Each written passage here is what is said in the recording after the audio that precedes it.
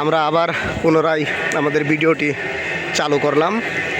মূলত রসুলপুর যে গেট, মধুপুর জাতীয় উদ্যানে ঢোকার জন্য যে গেট, সেই গেট থেকে প্রবেশ করে বনের ভিতর দিয়ে প্রায় 35 মিনিট আসার পর একটা দিঘি পেয়েছিলাম। এই যে দিঘিটা আপনারা দেখতে পাচ্ছেন, এই বেতের কাটা। তো ওই যে দিঘিটা, এই দিঘি পর্যন্ত এসেই আমরা ভিডিওটা বন্ধ করে কিছুক্ষণ সময় এখানে রেস্ট নিয়েছি। এখন আবার এই দিঘি থেকে আমরা দুখোলার উদ্দেশ্যে পশ্চিম দিকে আবার রওনা দিয়েছি।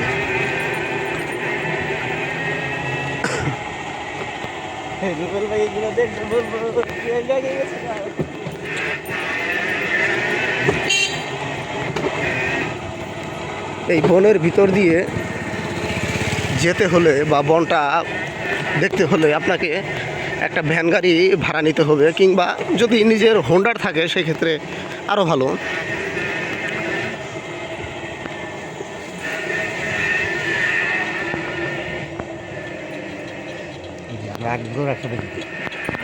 গরু রাখছে না যে? হ্যাঁ, বহুত দূরে আছে।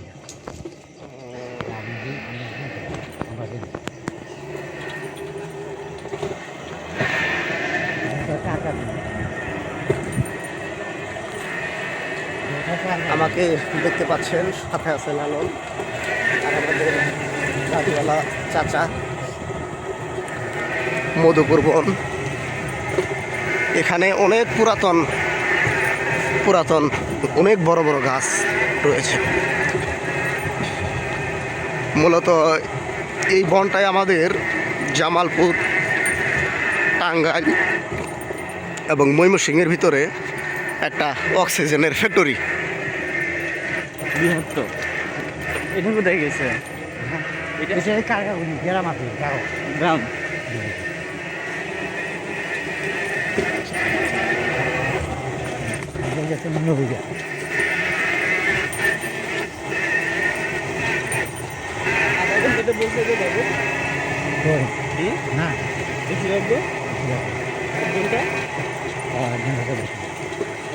তাইলে চাচা আবার সময় আর ইন্দা আন যাবো না, অন্য মুড়ে তো রাস্তা কাছার নাকবো, অন্য সাইড দিয়ে নিরাপদ রাস্তা দিয়ে আসা লাগবে।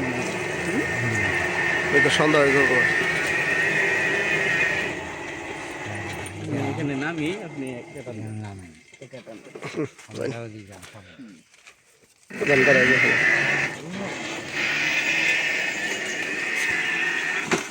রাস্তার অবস্থা খুবই খারাপ।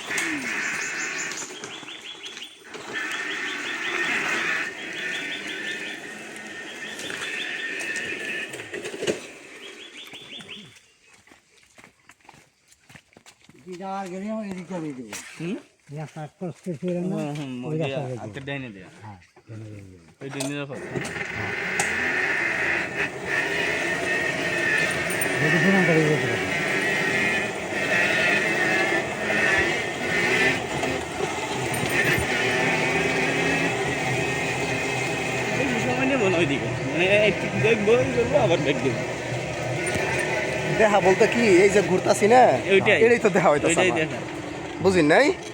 অনুযায়ী হইয়া বয়ে থাকার তো আমার দরকার নাই। এই যে ভ্যান গাড়ি নিয়ে যে ঘুরতাছি আমি, যে এটা আমি হাইটা ঘুরে ঘুরে দেখতাম, ওইটা আমি ভ্যান গাড়িতে ঘুরেই দেখতাছি। তাহলে আমার তো কোনো আর দেরি করার দরকার নাই, খালি চোখের পলকটা ফালানি। মূলত বন যেটা ঘুরার, বনই তো ঘুরতাছি। নতুন করে আর যাই দেরি করবো, বনই ঘুরতাছি। এখানে আবার অনেকগুলো বাঁশের বাঁশ লাগে।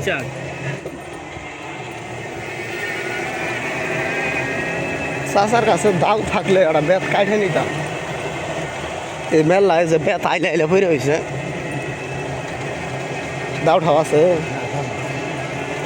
একটা বেত কাটে নিতাম। কিন্তু একটা মোটা বেত দেখছি, হ্যাঁ না, নিষেধ আছে তো, এটা জাতীয় উদ্যান না।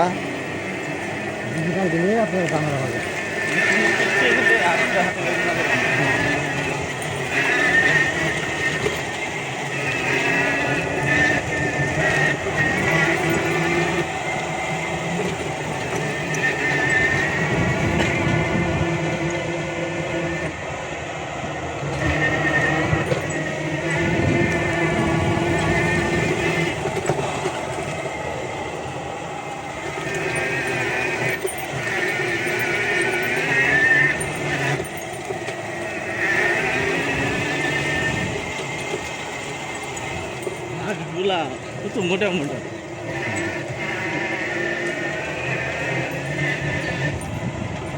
বাঘগুলা কাইতে গেছে নিচে দেখতে। চাচা এইটাই মনে হয় অভয় আশ্রম, এই যে বাউন্ডারি করা হরিণ আছে না, অভয় আশ্রম।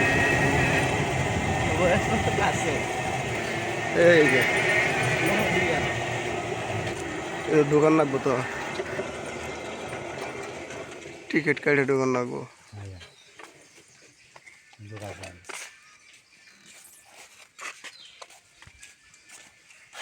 ভাই ভিতরে হরিণ ছাইরা দিও না, আটকাই না ছাইরা দিবা, ভিতরে গেলে দেখবার হলো ভিতরে ঢোকান নিষেধ, আপনার বাউন্ডারির ভিতরে ঢোকান নিষেধ। টিকিট কাটে। আপনি এটার ভিতরে ঢুকতে পারবেন, মানে এইটার ভিতরে বাউন্ডারির ভিতরে ঢুকুন যখন। বাউন্ডারির ভিতর বলতে মানে এই গেট দিয়ে যে ভিতরে ঢুকলাম, পরে একটা বাউন্ডারি আছে, তারপর আরো একটা বাউন্ডারি আছে, বাউন্ডারির বাহিরে ভিতরে। তাহলে আঙ্গরে ঢোকার ব্যবস্থা করে দেয়, 10 টাকা টিকিট। সমস্যা নাই। গাড়িটা একটু সাইডে রেখে দিন, গাড়ি নিয়ে যাওয়া যাবে না, 30 টাকা পার্কিং। আপনি গাড়ির লগে ঢুকতে পারেন। এনতনে কতটুক দূরে, কতটুক দূরে? আপনি গাড়ি যে সেভ এখানে রেখে দেখ। 30 টাকা পার্কিং করতে হবে, কিন্তু আপনার নাকি চাচা 10 মিনিট দাঁড়াবেন? এনতনে গেতে কি 10 মিনিট লাগবে না? 10 মিনিট 10 মিনিট যে না ওই যে ওই যে কি বাউন্ডারি, ওই যে বাউন্ডারি 10 মিনিট, আমরা তাহলে ভিতরতে নাহি, আপনি 10টা মিনিট দাঁড়াই, খুলেন লালন, 10 মিনিট। না ভিতরে রাখা 30 টাকা দিতে হবে পার্কিং। আচ্ছা এখানে যাবো, একটু খেয়াল রাখেন আপনি। আচ্ছা ওইটা সময় এই লালন, আমি দিতেছি পরে 20টা রেখে দাও। আর চাচা আন্নের ভিতরে যে আন্নে যাবেন দেখবার, তাহলে গাড়ি আবার থোয়ার গেলে তো হ্যাঁ, তাহলে আমার যাবেন হ্যাঁ দেখবো, চাচাও দেখবো। 3টা টিকিট কাটো, 3টা টিকিট কাটো। এখানে লক করে দেন।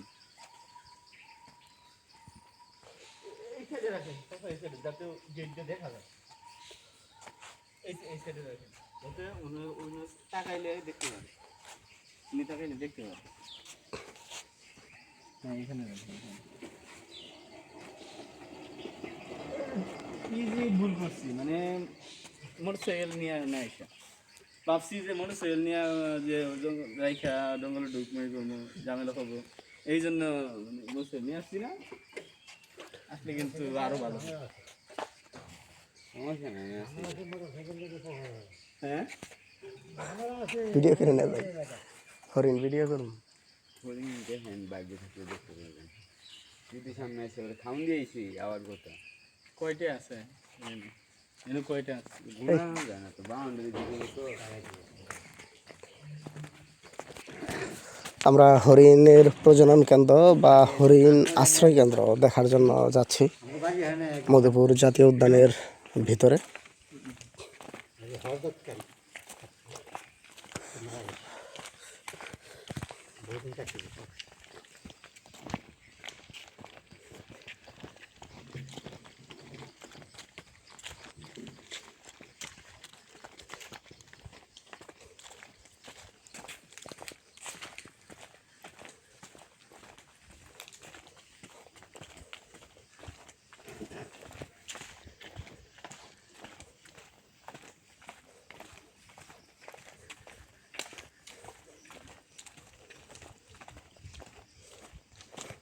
এই যে আপনারা দেখতে পারতেছেন কতগুলো বানর, বানরের একটা ফুল পরিবার।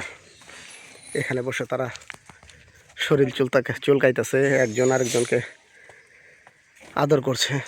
তার মানে তাদের যে অ্যাক্টিভিটি, এগুলো কিন্তু সম্পূর্ণ ন্যাচারাল, প্রাকৃতিকভাবে ছেড়ে দেওয়া বানর জঙ্গলের ভিতরে। আমি তো আপনাদের ভিডিওতে দেখিয়েছি এই ফুল জঙ্গলটা অনেক বড়, প্রায় 12 থেকে 13 কিলো।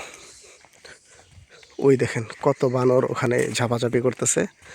হরিণ প্রজনন কেন্দ্র, ওই যে ভিতরে অনেক দেখেন হরিণ। আমাদের দেখে ওই যে হরিণ জঙ্গলের ভিতরে চলে যাচ্ছে, আপনি খেয়াল করুন।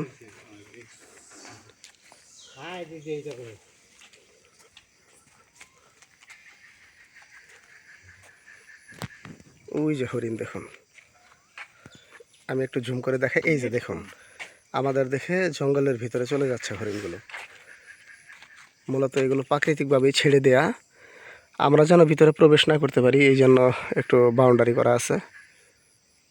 আসলে বাউন্ডারি করাটাও ঠিক আছে, কেননা বাংলাদেশের মানুষ হচ্ছে খারাপ, সরাসরি কাছে যেতে পারলে এই হরিণগুলোর ক্ষতি করে ফেলবে। আর তাদের প্রজননেও বিভিন্ন সমস্যা হবে।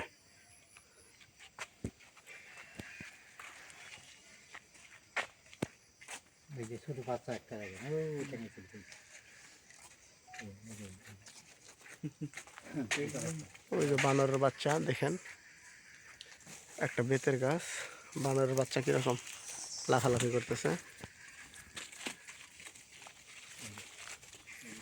এই যে ও না থাকে।